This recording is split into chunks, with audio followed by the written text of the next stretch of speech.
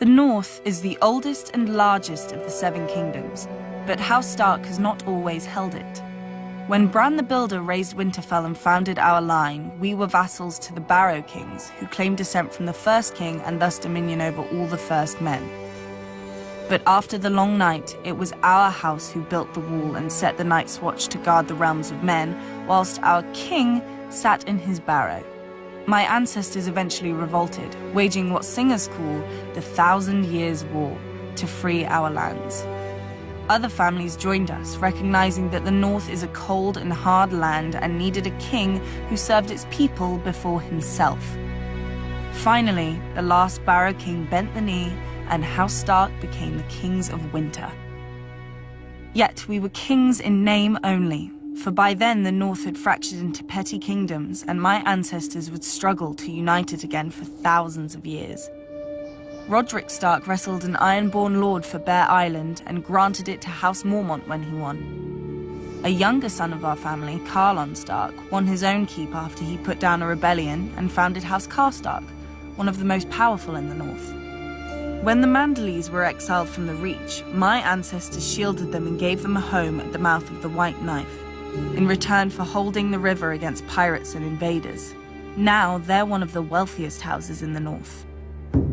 I'm not so naive to pretend that the entire North welcomed Stark rule. The last Warg King was slain at Sea Dragon Point along with all his sons and beasts. The last Marsh King died at the hands of King Rickard Stark, and House Reed has held the swamps of the Neck ever since. Houses Greenwood, Towers, Amber, Frost. None survive today as more than names in dusty old books. But my ancestors never wanted to destroy their foes' root and stem.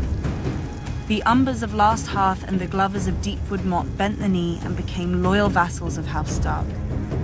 The Red Kings of House Bolton wore cloaks made from the skins of Stark princes they'd flayed, and one of the Boltons was even known as the Red Arm because he liked to plunge an arm into the bellies of captive Starks and pull out their entrails with his bare hand.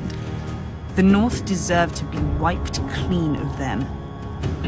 Yet my ancestors spared them after their defeat because they believed the North couldn't afford to fight itself any longer. Time soon proved them right. When the Andals swept into Westeros, they obliterated all the kingdoms of the First Men except the North. Each of the southern kingdoms fought the invaders on its own, but the North fought as one. When the Andals tried to sail up the White Knife, the Manderleys fell on their ships. When the Andals tried to march an army through the Neck, the Reeds fell on their soldiers. King Theon Stark even sailed his own army to the Andal homeland for vengeance and slew hundreds of Andal warriors. When he returned, he planted their heads on spikes along our coasts, a warning to other would-be conquerors. The warning was heeded for thousands of years, until Aegon the Conqueror. The South had already fallen to Aegon and his dragons, only the North remained. My ancestor, King Torrhen Stark, marched the North down to the Trident and beheld Aegon's army, larger than Torrhen's own by half, and with 3 dragons circling overhead. Many Northern bannermen wanted to attack anyway, claiming Northern valor would carry the day. Others wanted to fall back to Moat Cailin and make a stand there. But Torrhen had heard how the armies of the Rock and the Reach had burned on the field of fire, and had seen the fires still glowing beneath the rubble of Harrenhal. He knelt and laid his ancient crown at Aegon's feet, and rose a king no more but Lord of Winterfell and Warden of the North.